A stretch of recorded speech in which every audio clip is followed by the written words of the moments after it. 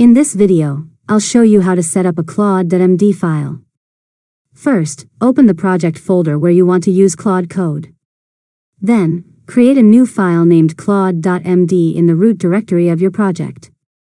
Now, open the Claude.Md file with your preferred code editor.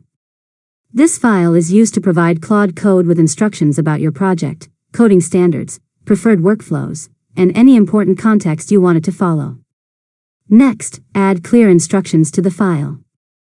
For example, you can describe your project structure, preferred programming language, coding style, testing requirements, naming conventions, or any rules you want Claude Code to follow while working in your project. After that, save the Claude.Md file.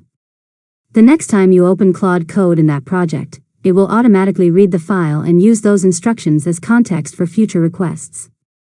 Now, whenever you update your project's workflow or coding guidelines, simply edit the Claude.Md file and save your changes. Claude Code will use the updated instructions in future sessions.